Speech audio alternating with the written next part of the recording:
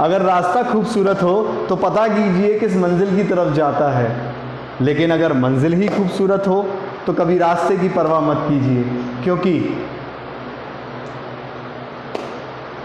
समस्या का हल और मेहनत का फल देर से ही सही मिलता ज़रूर है। जी हाँ मेरे स्टूडेंट्स, समस्या का हल या मेहनत का फल मिलता ज़रूर है, और कभी रास्ते की परवाह नहीं करनी चाहिए यदि मंजिल खूबसूरत हो। मंजिल है, देखिए, आपका कंपटीशन एग्ज़ाम, मंजिल है आपको गवर्नमेंट जॉब पाना, मंजिल है वो रुतबा पाना, मंजिल है अपने घर वालों के और अपने सपने पूरा करना। देखिए, ये जो आज मैं न्यूज़ आपको बता रहा हूँ, वैसे तो मैं थोड़ा सा लेट हूँ क्योंकि मेरा गूगल अकाउंट थोड़ा सा सस्पेंड हो गया था, कुछ पासवर्ड वगैरह का इश्यू आ गया था, तो वो टेम्परेली सस्पेंड कर दिया था। बट मैं स्टूडेंट्स आपको एक ही बात कहूँगा, मेरा ये वीडियो उन सभी कंपटीशन एग्ज़ाम की तैयारी कर रहे स्टूडेंट्स के लिए है जो चाहे नॉन टेक या टेक की किसी की भी तैयारी कर रहे हों। तो पहले पड़ाव में, पहले पार्ट में मैं एक तरीके से आपको ये बताऊँगा कि उन सभी स्टूडेंट्स जो लोग नॉन टेक या टेक या किसी भी कंपटीशन एग्ज़ाम की तैयारी कर रहे हैं वो खुश हो जाएं। देखिए, जैसे कहीं हम हॉस्पिटल में किसी पेशेंट को देखते हैं कि वो आईसीयू या वेंटिलेटर में है और वो कभी थोड़ी सी भी कुछ हरकत करता है, थोड़ी सी भी कोई हरकत होती है तो हम कितने खुश हो जाते हैं कि देखिए वो पेशेंट कुछ ना कुछ इतनी क्रिटिकल कंडीशन में एक हरकत दिखा रहा है। सेम ऐसी हरकत एसएससी ने दिखाई है। एसएससी ने अपना नोटिफिकेशन जो एग्ज़ाम पेंडिंग थे उसका जारी कर दिया है। तो अब मैं आपको यहाँ से, इस पार्ट से आपको मैं बताऊंगा कि किस तरीके से टेक्निकल एग्जाम्स की एसएससी जेई का जो नोटिफिकेशन है वो आउट हो चुका है। जो 2019 के स्टूडेंट्स थे जिन्होंने फॉर्म भरा था 2019 में, वो अब पेपर देने के लिए सितंबर में तैयार हो जाएं। देख सकते हैं आप लोग 1 सितंबर से 4 सितंबर तक की डेट निकाली है। 4 सितंबर की डेट निकाली है एसएससी ने, और बाकी भी कई एग्जाम्स उन्होंने दिए हुए हैं। बहरहाल मैं उसकी बात नहीं करता हूं, मैं एसएससी जेई पर ही बात करता हूं। और मैं अब बात करूंगा एसएससी जेई से जुड़े कुछ डिपार्टमेंट्स की, ताकि आप लोगों को लगे कि मुझे वहां जाना है। You have to be motivated यार। इतने इतने इतने इतने बढ़िया डिपार्टमेंट्स यार, इतने रुतबे वाले डिपार्टमेंट्स, सीधा मतलब डिफेंस की मिनिस्ट्री में, सीधा पीएमओ ऑफिस में रिपोर्ट करने वाले डिपार्टमेंट्स हैं एसएससी जेई में। तो जब मंजिल इतनी खूबसूरत है तो रास्ते की क्या परवाह करनी, मेहनत तो करनी ही पड़ेगी। पर एक बार आप वहाँ पहुँच गए तो सोचिए कितना कितना कितना मज़ा आने वाला है, कितना सपने आपके पूरे होने वाले हैं। ठीक है, तो मैं अभी आप लोगों को एक एक करके सारे डिपार्टमेंट्स बताता हूँ, और वो डिपार्टमेंट्स के बारे में थोड़ी सी जानकारी भी मैं दूंगा इंटरनल, कि मतलब क्या क्या काम होते हैं उस डिपार्टमेंट्स में।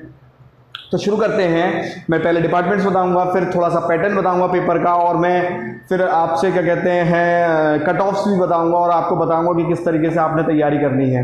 ठीक है, क्योंकि ये 3 महीने क्रूशियल होने वाले हैं। चलिए मैं बताता हूं। आप लोग देख सकते हैं अपनी स्क्रीन पर कि किस तरीके से कई डिपार्टमेंट्स हैं। मैं आपको बता देता हूं।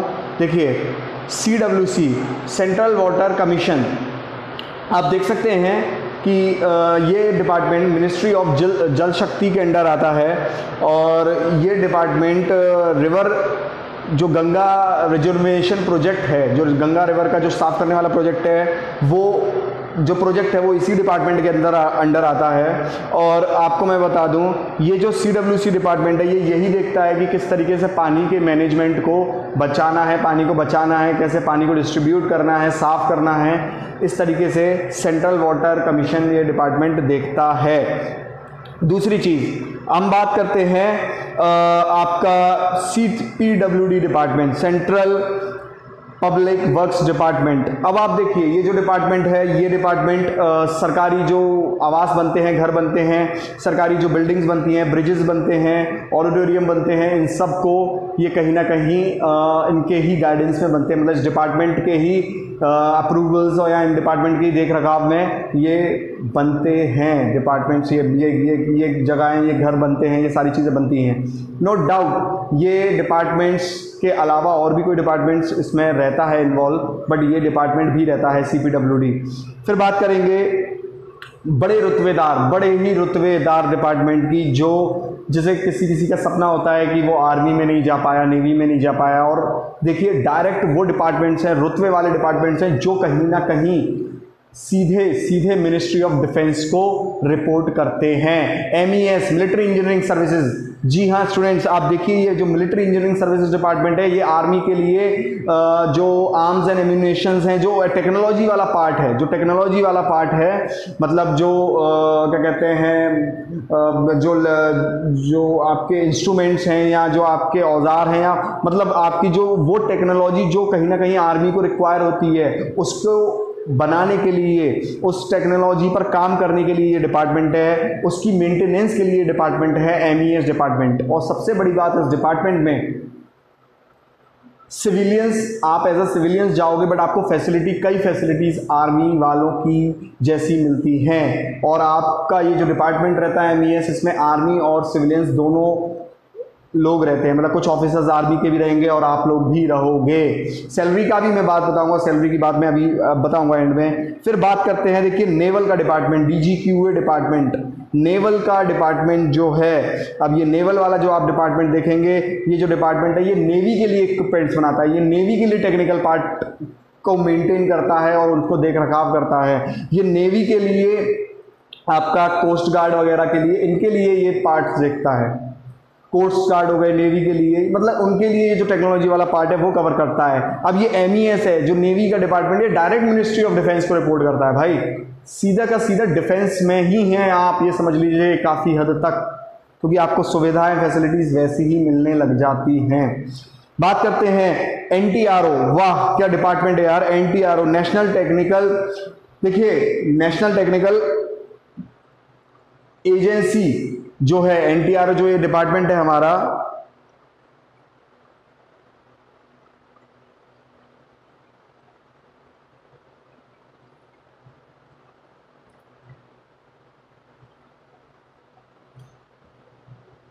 नेशनल टेक्निकल रिसर्च ऑर्गेनाइजेशन, जो ये डिपार्टमेंट है हमारा नेशनल टेक्निकल रिसर्च ऑर्गेनाइजेशन, इसमें क्या होता है, आप देखिए ये जो डिपार्टमेंट है डायरेक्ट PMO ऑफिस को रिपोर्ट करता है, प्राइम मिनिस्टर ऑफिस को रिपोर्ट करता है, क्योंकि ये डिपार्टमेंट NSA के अंडर आता है, नेशनल सिक्योरिटी एडवाइजरी डिपार्टमेंट के अंडर आता है। और क्योंकि NSA PMO को रिपोर्ट करती है, तो आपका जो ये NTRO डिपार्टमेंट है, आप कहीं ना कहीं NSA के लिए ही काम कर रहे हो, नेशनल सिक्योरिटी एडवाइजर। सोचिए नेशनल सिक्योरिटी के लिए आप काम कर रहे हो, इस पूरे भारत की सिक्योरिटी के लिए आप काम कर रहे हो, और इस ऐसे डिपार्टमेंट के साथ काम कर रहे हो जो डायरेक्ट कहीं ना कहीं PMO ऑफिस को रिपोर्ट करता है। अब देखिए चलते हैं अपने नेक्स्ट डिपार्टमेंट में, BRO border road organisation department. ठीक है, बॉर्डर रोड ऑर्गेनाइजेशन डिपार्टमेंट जो है, ये जो इंडिया के बॉर्डर्स हैं, जो बॉर्डर वाली कंट्रियां हैं इंडिया के, जैसे बॉर्डर लगते हैं, म्यांमार लगता है, नेपाल लगता है, पाकिस्तान लगता है, चाइना लगता है, तो वहाँ जो बॉर्डर पर जो रोड्स बनती हैं, कंस्ट्रक्शन होते हैं, वो इनके अंडर होता है, BRO के ही अंडर वो कंस्ट्रक्शन वगैरह होते हैं। अभी आप देखिए कितने बढ़िया बढ़िया डिपार्टमेंट्स हैं। अगर मेरा एक डिपार्टमेंट रह गया है तो central CWPRS, central water and power research station, central water and power research station, जो ये डिपार्टमेंट है, ये कहीं ना कहीं ये भी पानी का रखरखाव, ये भी पानी से जुड़े एनर्जी प्रोड्यूस, जैसे आप रिवर या कोस्टल जगहों से एनर्जी को प्रोड्यूस करते हैं, पावर को प्रोड्यूस करते हैं, जैसे विंड मिल हो गया, हाइड्रो हो गया, तो वहाँ जो रिवर या कोस्टल एरियाज जो होते हैं उनके रखरखाव के साथ साथ उन डिपार्टमेंट से जो एनर्जी प्रोड्यूस का जो काम होता है वो CPWRS से होता है, central water and power research station. ठीक है, तो ये आपके डिपार्टमेंट्स रहे। अब मैं पेपर का पैटर्न और पेपर के कट ऑफ्स बता देता हूँ। देखिए आप लोग देख पा रहे होंगे अपनी स्क्रीन पे जो पेपर का पैटर्न है। देखिए 2 पेपर होते हैं, पेपर 1 पेपर 2, मतलब पेपर 1 कंप्यूटर बेस्ड होता है और पेपर 2 डिस्क्रिप्टिव टेस्ट होता है, मतलब ऑफलाइन होगा और एक ऑनलाइन होगा। तो ऑफलाइन में क्या है, पेन और पेपर से होगा। जो पेपर 2 होगा वो पेन और पेपर पे आपको लिखना पड़ेगा, ऑब्जेक्टिव नहीं होगा, वो सब्जेक्टिव पेपर होगा, पूरी थ्योरेटिकल पेपर होगा। और जो पेपर 1 है, जो आप अभी पेपर 1 के लिए नोटिफिकेशन आया है कि आप पेपर 1 दे सकते हैं, पेपर 1 एक कंप्यूटर बेस्ड एग्जाम है, और कंप्यूटर बेस्ड एग्जाम होने के नाते MCQ बेस्ड एग्जाम है ये। तो देखिए ये जो पेपर होगा ये कहीं ना कहीं 2 घंटे का पेपर है। ये जो पेपर 1 की मैं बात कर रहा हूं, पेपर 1 जो है वो 2 घंटे का पेपर है, और पेपर 2 भी 2 घंटे का पेपर होता है। बट बहरहाल अभी हम पेपर 1 की बात करेंगे क्योंकि पेपर 1 आने वाला है, ठीक है। 9वां महीना सितंबर की बात कर रहा है, ठीक है। अब आप देखिए पेपर 1 200 मार्क्स का है, पेपर 2 300 मार्क्स का है, ठीक है। अब पेपर 1 का जो अगर हम बात करें, पेपर 1 पूरा का पूरा MCQ है, और पेपर 1 में आप लोग देख सकते हो कि 200 मार्क्स का पेपर है, 200 मार्क्स का पेपर है पेपर 1, जिसमें कि 100 मार्क्स का टेक्निकल, आप चाहे सिविल के हो, इलेक्ट्रिकल के हो या मैकेनिकल के हो, 100 मार्क्स का टेक्निकल, और बाकी बचे 100 मार्क्स वो 50-50 करके रीजनिंग की, मतलब रीजनिंग 50 नंबर की, और बाकी बचा 50 नंबर GS के लिए है। GS मतलब आपका करंट अफेयर्स भी इसमें थोड़ा बहुत इंक्लूड होने लगा है, हिस्ट्री, ज्योग्राफी, लाइफ साइंस जिसे बायोलॉजी भी कहते हैं, वो सब भी आने लगती है। तो ये तो था पेपर का पैटर्न। बहरहाल अभी आपको 200 नंबर का पेपर है, कंक्लूड करता हूँ। जो 200 नंबर का पेपर होने वाला है सितंबर में, वो 200 नंबर 100 का टेक्निकल और 100 नंबर का नॉन टेक, जिसमें नॉन टेक में 50 रीजनिंग, 50 GS वगैरह आपका रहेगा।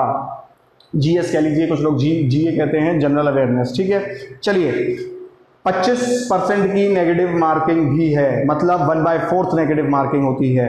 मैं आपको बता दूं, मैं यहीं ये चीज़ बताते हुए चलता हूं कि ये जो पेपर है ये बिना नॉन टेक्निकल अच्छा हुए नहीं निकलता। इसीलिए स्टूडेंट्स हम लोगों ने नॉन टेक्निकल की भी क्लास चालू कर रहे हैं अपने चैनल पे। देखिए आप लोग चैनल पर जा सकते हैं, इलेक्ट्रिकल की, पावर सिस्टम की क्लासेस डल रही हैं, ठीक है। नॉन टेक्निकल की भी हम लोग क्लासेस डालना शुरू करेंगे। देखिए रीजनिंग तो अभी नहीं, अभी हम लोग मैथ्स की क्लास डालना शुरू कर रहे हैं, जो कि इस पेपर में तो नहीं आता, बट क्या कहते हैं, क्योंकि देखिए GS का वगैरह का जो हम लोग शुरू करेंगे, थोड़े टाइम में हम लोग शुरू करेंगे, क्योंकि अभी लॉकडाउन खुला है तो अभी GS वगैरह की क्लास करना थोड़ा सा नहीं करवा पा रहे हैं, बट मैथ की क्लास अवेलेबल हो जा रही है, ठीक है, जो कि आपके DMRC लखनऊ मेट्रो में आते हैं। बात कर लेते हैं कट ऑफ की, कट ऑफ की बात हम लोग कर लेते हैं, कट ऑफ्स की बात हम लोग कर लेते हैं। आप देखिए 2019 के पेपर का नोटिफिकेशन आ गया है, और मैं जो बता रहा हूँ वो 2018 के पेपर 1 की कट ऑफ बता रहा हूँ। किसकी बता रहा हूँ? पेपर 1 की कट ऑफ बता रहा हूँ। अब आप देखिए स्क्रीन पे, पेपर 1 2018 के पेपर 1 की कट ऑफ मैं आपको बता रहा हूँ, क्योंकि 2019 का पेपर अब होने वाला है। तो 2018 में ये आपको मैं बता दूँ, इलेक्ट्रिकल मैकेनिकल की कंबाइन वैकेंसीज निकलती हैं। इलेक्ट्रिकल मैकेनिकल 152 नंबर की कट ऑफ थी 200 में से, और सिविल की 127 की कट ऑफ थी 200 में से। 2017 के पेपर की मैं बात कर लेता हूं। अभी देखिए इलेक्ट्रिकल मैकेनिकल की कट ऑफ आप देख लीजिए 152 और सिविल की 127। पेपर 1 की 2017 की कट ऑफ देख लीजिए, इलेक्ट्रिकल मैकेनिकल की 117 कट ऑफ थी और सिविल की 136। अब यहाँ देखिए पासा पलट चुका है, यहाँ इलेक्ट्रिकल की कट ऑफ कम है, यहाँ सिविल की कट ऑफ ज़्यादा है 2017 में, जबकि 18 में उल्टा था। कट ऑफ 2 की मैं बात कर लेता हूँ। अब देखिए ये जो 2 की कट ऑफ है, ये जो 2 की कट ऑफ है, ये जो 2 की कट ऑफ है, ये कहीं ना कहीं आपके दोनों पेपर को मिला के है। ये मैं बता देता हूँ, दोनों पेपर मतलब 200 नंबर प्लस 300 नंबर को मिला के है। तो सिविल के लिए ये 244 की हो जाती है और इलेक्ट्रिकल मैकेनिकल के लिए ये 303 की हो जाती है। तो ये दोनों पेपर को मिला के है, मतलब पेपर 1 पेपर 2 को मिला के कट ऑफ है, फाइनल कट ऑफ जिसे कहते हैं। 2016 के पेपर 1 की बात कर लें, सिविल की 100 नंबर कट ऑफ थी, इलेक्ट्रिकल मैकेनिकल की 115 थी। अब आप देखिए 2018 तक आते आते कितना नंबरों में उछाल आ गया है। 152 कट ऑफ गई थी इलेक्ट्रिकल वालों की, और यहाँ देखिए 115 ही पे काम हो जा रहा है। SSC JEE का पेपर 1 है ये, SSC JEE का पेपर 1 2016। और 2016 की ही अगर मैं बात करूँ कंबाइंड कट ऑफ पेपर 1 और पेपर 2 की, तो सिविल के 220 नंबर, जनरल की और मैकेनिकल की, इलेक्ट्रिकल की मिला के 285 थी।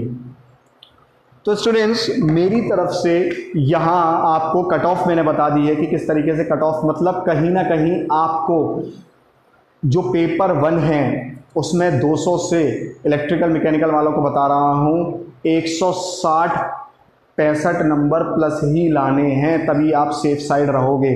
अब 160-165 प्लस कैसे आएंगे? आपके टेक्निकल सब्जेक्ट्स पूरे आपने करने हैं, मतलब 100 नंबर का टेक्निकल है, 100 नंबर के टेक्निकल में से कहीं ना कहीं आपको 80 प्लस नंबर लाने ही लाने रहेंगे। स्पीड, 2 घंटे का पेपर होता है, 200 क्वेश्चन होते हैं, स्पीड बहुत मायने रखती है इस पेपर में। 2 घंटे का पेपर और 120 मिनट, मतलब कहने का, सॉरी मैं गलत बोल गया था, हाँ 2 घंटे का पेपर और 120 मिनट या 2 घंटे, आप कुछ भी कह लीजिए, तो स्पीड बड़ी मायने रखती है। तो 100 नंबर में से कहीं ना कहीं आपको 80 प्लस टेक्निकल में लाने हैं और 100 नंबर के नॉन टेक में से आपको कहीं ना कहीं 80 प्लस ही लाने हैं, क्योंकि तभी आप क्या कर पाएंगे, स्कोर कर पाएंगे ज़्यादा से ज़्यादा और सेफ साइड रह पाएंगे। 160 प्लस कहीं ना कहीं आपको स्कोर करना होगा बिना नॉन टेक की स्पीड के। देखो नॉन टेक्निकल में रीजनिंग और जीएस वगैरह लोगों को सबको आती है, आती सबको है, पर प्रॉब्लम ये होती है स्पीड का बड़ा इशू होता है। मैं आपको बता दूं, आप लोग स्पीड का बहुत बड़ा इशू होता है। रीजनिंग की टेस्ट सीरीज आप लोग ज्वाइन करिए, आप लोग टेस्ट सीरीज के थ्रू प्रिपरेशन करिए। मैं आपको बता रहा हूँ, आप टेस्ट दिया करिए, टेस्ट सीरीज के थ्रू प्रिपरेशन कीजिए, क्योंकि वो कहीं ना कहीं आपको नंबर बनाएगा। वो टेस्ट सीरीज आपको स्पीड के द्वारा, मतलब आपको भागना है ये तो पता है, बट किस स्पीड के हिसाब से भागना है वो भी आपको पता होना चाहिए। तो स्टूडेंट्स मैं आपको बहरहाल यही कहूँगा कि आप टेस्ट सीरीज के थ्रू, मतलब आप अगर एक आधा घंटा भी पढ़ रहे हैं तो आधे घंटे में आपको टारगेट के हिसाब से क्वेश्चन सॉल्व करने हैं, चाहे वो टेक्निकल हो चाहे वो नॉन टेक्निकल हो। बाकी मैं आप लोगों के लिए टेक्निकल के लिए अगला वीडियो लेके आऊँगा कि आपको इंपॉर्टेंटली क्या क्या पढ़ना रहेगा, किस सब्जेक्ट से पढ़ना रहेगा। तो जुड़े रहिएगा, शेयर करिए, सब्सक्राइब करिए। मेरी बात दमदार लगी हो तो क्या कहते हैं, मुझसे जुड़े रहिए, मैं आपको बहुत इंपॉर्टेंट चीज़ लाता रहूँगा। Thank you and have a nice day. मिलते हैं हम अपने अगले लेक्चर में। बाकी आप प्लेलिस्ट में जाइए, पावर सिस्टम के लेक्चर में टेक्निकली डाल रहा हूँ और नॉन टेक के भी लेक्चर धीरे धीरे डालना शुरू हो रहे हैं। ठीक है, थैंक यू, चलिए मिलते हैं।